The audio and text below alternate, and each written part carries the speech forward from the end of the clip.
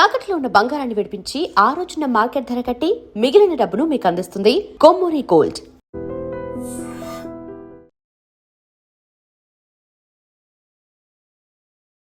ఇటీవల బెంగాల్లో బీజేపీ గెలవడం అంత రాజకీయ కోణంలో చూస్తున్నారు తప్ప మన దేశానికి ఎంత సెక్యూరిటీగా వచ్చిందన్న విషయాన్ని కొంతమంది గమనించట్లేదండి.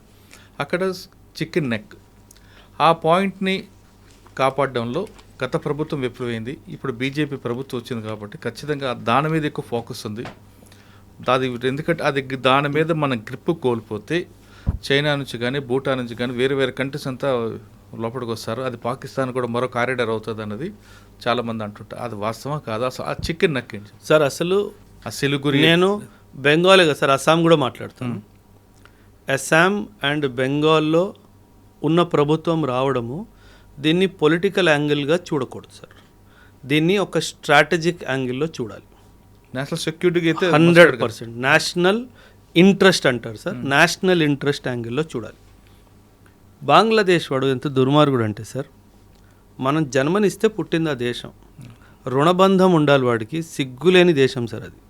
అంటే కేవలం మతానికి సంబంధించి నువ్వు వెర్రి వేగుతున్నావు. కానీ నేను సార్ ఈరోజు కూడా India Bangladesh Ganga water treaty, Ganga వాటర్ని డైవర్ట్ చేసి అటు బ్రహ్మపుత్ర వాటర్ని డైవర్ట్ చేశాను అనుకోండి సార్, ఆ దేశం కేవలం 30 సంవత్సరాల్లో ఎడారిలా మారిపోయింది సార్. ఎందుకంటే ఈ రివర్ వాటర్ ఫ్లోయింగ్ అంతా నా వైపు నుంచే ఉంది. అండ్ మనం చాలా పెద్ద హృదయంతో నువ్వు తీసుకో అన్నట్టుగా చేసాం. ఈ చికెన్ నెక్ విషయానికి వచ్చేస్తే, ఈ చికెన్ నెక్ అనే ప్రాంతం ఏంటంటే సార్, మన వెస్ట్ బెంగాల్ ఈస్ట్కి వెళ్తున్నప్పటికీ సిక్కిం ఇటు భూటాన్ కింద ఒక చిన్న stretch of Indian land sir. వీళ్ళ ప్లాన్ ఏంటంటే అక్కడ నార్త్లో బంగ్లాదేశ్కి చెందిన ప్రాంతం ఏదైతే ఉందో నార్త్లో రంగపూర్ అనే ప్రాంతము, అక్కడ చైనా వాడు వచ్చి వాడ మిజైల్స్ని వాడ ఎయిర్ క్రాఫ్ట్స్ని పెట్టుకుంటాడు సార్. చైనా అన్నారు కాబట్టి సార్ మన పాకిస్తాన్ కన్నా మోస్ట్ డేంజరస్ చైనా అంటున్నారు కదా ఎనీ టైం సార్. పాకిస్తాన్ ఏముంది సార్, పాకిస్తాన్. కానీ మీరు ఒక విషయం గుడ్ సార్, మీరు చాలా మంచి క్వశ్చన్ అడిగారు. చైనా వాడు ఎప్పుడు మనతో యుద్ధం చెయ్యడు సార్. వాడు చాలా తెలివైన వాడు సార్. వాడు యుద్ధాని కోసం మన మీద పాకిస్తాన్ని వాడుకుంటాడు సార్. వాడు పాకిస్తాన్ని వాడుకుంటున్నాడు అన్న విషయము ఆ పిచ్చోడు పాకిస్తాన్ కూడా అర్థం కాదు సార్. అంటే వాడు భుజం మీద తుపాకీ పెట్టి మనతో ఫైరింగ్ చేస్తాడు. ఆ తుపాకీ కూడా వీడిదే సార్. అండ్ వీడి తుపాకీయే వాడికి అమ్మిన తుపాకీ సార్.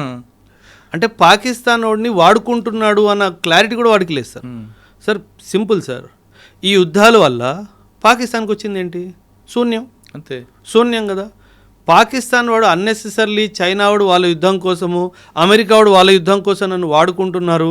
ఒరే నేను డెవలప్మెంట్ మీద, ఎకనామిక్ డెవలప్మెంట్ మీద, హ్యూమన్ డెవలప్మెంట్ మీద కాన్సన్ట్రేట్ చేయాలి అన్న ఇంత జ్ఞానం కూడా లేని దేశం సార్ అది. సో చికెన్స్ నెక్కి వెనక్కి వచ్చేస్తే చైనా వాడు ఉద్దేశం ఏంటంటే సార్, అక్కడ నార్త్ నుంచి అటాక్ చేసి ఒక వ్యాలీ ఉంది సార్, దాన్ని డోక్లామ్ వ్యాలీ అంటారు. ఇటువైపు సిక్కిము, ఇటువైపు భూటాన్, మధ్యలో వ్యాలీ సార్. ఇక్కడ కింద మన చికెన్స్ నెక్ ఉంది సార్. పైనుంచి అటాక్ చేసి బంగ్లాదేశ్ నుంచి కింద నుంచి అటాక్ చేస్తే ఇండియా నార్త్ ఈస్ట్ అంతా కట్ ఆఫ్ అయిపోతుంది సార్. ఇది వాళ్ళ ఉద్దేశం. అండ్ వెస్ట్ బెంగాల్లో ఇంతకుముందు ఉన్న ప్రభుత్వము ఈ విషయాన్ని గమనించకుండా, ఎటువంటి చర్యలు తీసుకుండా నోరు మూసుకొని కూర్చొని ఉంటే ఎలా సార్? సార్ ఎంతమంది లక్షల మంది ఇల్లీగల్ మైగ్రెంట్స్ బంగ్లాదేశ్ నుంచి వస్తున్నా వాళ్ళ మీద ఎటువంటి చర్యలు తీసుకోకపోతే మన దేశం ఏమైపోవాలి సార్? మీకు గుర్తుంటే కనుక 2019లో ఎన్ఆర్సీ జరిగింది అస్సాంలో సార్. అస్సాంలో ఎన్ఆర్సీ జరిగినప్పుడు అసలు 19 లక్షల మంది ఇల్లీగల్గా మన దేశంలో ఉన్నారు అన్న విషయం మనం గుర్తించినప్పుడు వాళ్ళని తిరిగి పంపించడం స్టార్ట్ చేయాలి కదా సార్. అసలు ఎటువంటి యాక్షన్ లేదు సార్. అంటే మీరు పాలిటిక్స్ కోసము, ఓటు బ్యాంక్ పాలిటిక్స్ కోసము దేశాన్నే మీరు తోసేస్తున్నారు కదా సార్. ఆ విషయం గుర్తుపెట్టుకోవాలి సార్. అందుకే ఈ బీజేపీ యొక్క గెలుపుని వెస్ట్ బెంగాల్లో కానీ అస్సాంలో కానీ మనము ఒక స్ట్రాటజిక్ యాంగిల్లోనే చూడాలి తప్పితే ఒక పొలిటికల్ యాంగిల్లో చూసే తప్పు మనం చేయకూడదు సార్. రెండో విషయం ఏంటంటే sir, I don't support any political party sir. ఒకవేళ బీజేపీ ప్రభుత్వం ఏమైనా తప్పు చేస్తే నేను ఖచ్చితంగా నిలదీస్తాను సార్. మీరు ఇది తప్పు చేశారు. ఇప్పుడు విమెన్ రిజర్వేషన్ బిల్ ఉంది సార్, దాన్ని అనవసరంగా డీలిమిటేషన్ బిల్లుతో యాడ్ చేసి దాన్ని ప్రజెంట్ చేశారు. ఆ బిల్లు కాస్త ఫెయిల్ అయిపోయింది సార్. మనము విమెన్కి పాలిటిక్స్లో 33% ఇవ్వాలి అని చెప్పి ఎప్పటి నుంచి అనుకుంటున్నాం సార్? అంటే 1947లో మనకి స్వతంత్రం వచ్చింది. ఇప్పుడు కూడా పార్లమెంట్లో చూసుకుంటే సింగిల్ డిజిట్ పర్సంటేజ్లో కూడా విమెన్ లేరు సార్. విమెన్ పొలిటికల్ ల్యాండ్స్కేప్కి వస్తే విమెన్కి సంబంధించిన విషయాల్లో చాలా మార్పులు వస్తాయి. అలాంటి విషయాల మీద ఎందుకు ఈ ప్రభుత్వం చెయ్యట్లేదు అన్న కోపం నాకు బీజేపీ మీద ఖచ్చితంగా ఉంది సార్. ఆ బిల్లు ఖచ్చితంగా పాస్ అవ్వాల్సిన బిల్లు సార్. దాన్ని ఎందుకు అనవసరంగా దాంతో క్లబ్ చేసి పాడు చేశారన్నది. సో అందుకే నేను చెప్తున్నాను సార్, ఏ ప్రభుత్వాన్ని నేను సపోర్ట్ చేయను సార్. ఎవరు బాగా పని చేస్తారో వాళ్ళని సపోర్ట్ చేస్తాం సార్, సింపుల్గా సార్. అది మొత్తం మీద తీసుకుంటే మీరు చెప్తున్నట్లుగా బీజేపీ బెంగాల్లో గెలుపు అనేది నేషనల్ ఇంట్రెస్టింగ్, ఇది 100% కాదు, 100%, 1000%. బెంగాల్, అస్సాం బీజేపీ ఉంది కాబట్టి వీళ్ళిద్దరూ కలిసి, ఈ స్టేట్స్ రెండు కలిసి బలం సెంటర్ నుంచి వస్తే ఇల్లీగల్ మైగ్రెంట్ సార్ మన భూమి మీద బెంగాలీ వాడు ఎందుకు ఉండాలి సార్? ఒక మాట సార్, ఎందుకు ఉండాలి? బెంగాల్ వాడు బెంగాల్లో ఉండాలి, ఈస్ట్ బెంగాల్ వాడు. మన ఇండియాలో బెంగాలీస్ ఉన్న వాళ్ళు వెస్ట్ బెంగాల్లో ఉంటారు. ఆ ఈస్ట్ బెంగాల్ వాడు మన దేశానికి అసలు ఎందుకు రానివ్వాలి సార్? మనకు ఆల్రెడీ భూమి లేదు, మనకు ఆల్రెడీ సదుపాయాలు లేవు. అస్సాంలో 1971లో ఉల్ఫా పుట్టిందే ఈ కారణంగా కదా సార్.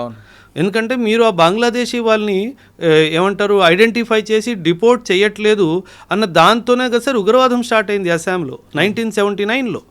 మీకు యూనో ఏమంటారు అరవింద్ రాజ్కోవా అండ్ వాళ్ళ టైంలో దానికి యాంటీగా కదా అస్సాం కనపరిచిన రావడం మారింది. Exactly sir. అంటే 1979లో ఇదంతా జరిగింది కదా సార్. కొత్తగా తీసుకుంటే వెస్ట్ బెంగాల్లో గెలుపు అనేది రాజకీయ కోణంలో కాదు, నేషనల్ ఇంట్రెస్ట్గా చూడాలంటున్నారు ఓబ్రాయ్ గారు.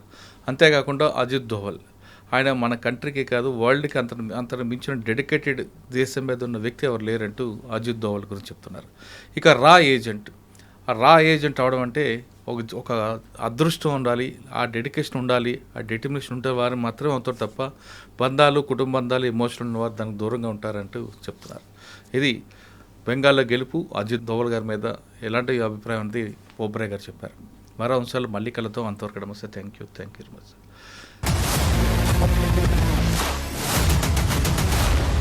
I dreams, this police diaries is something very, very valuable towards that. I must really appreciate Murali, your insights. I Dreams founder and CEO Chinna Vasudev Reddy Gartoni, Muralidhar crime stories చాలా famous అయిపోయినాయి. Gautam Savan garu and Satyanar sir. Good. Well done. I congratulate him for doing so well, and I congratulate him his boss also. So well.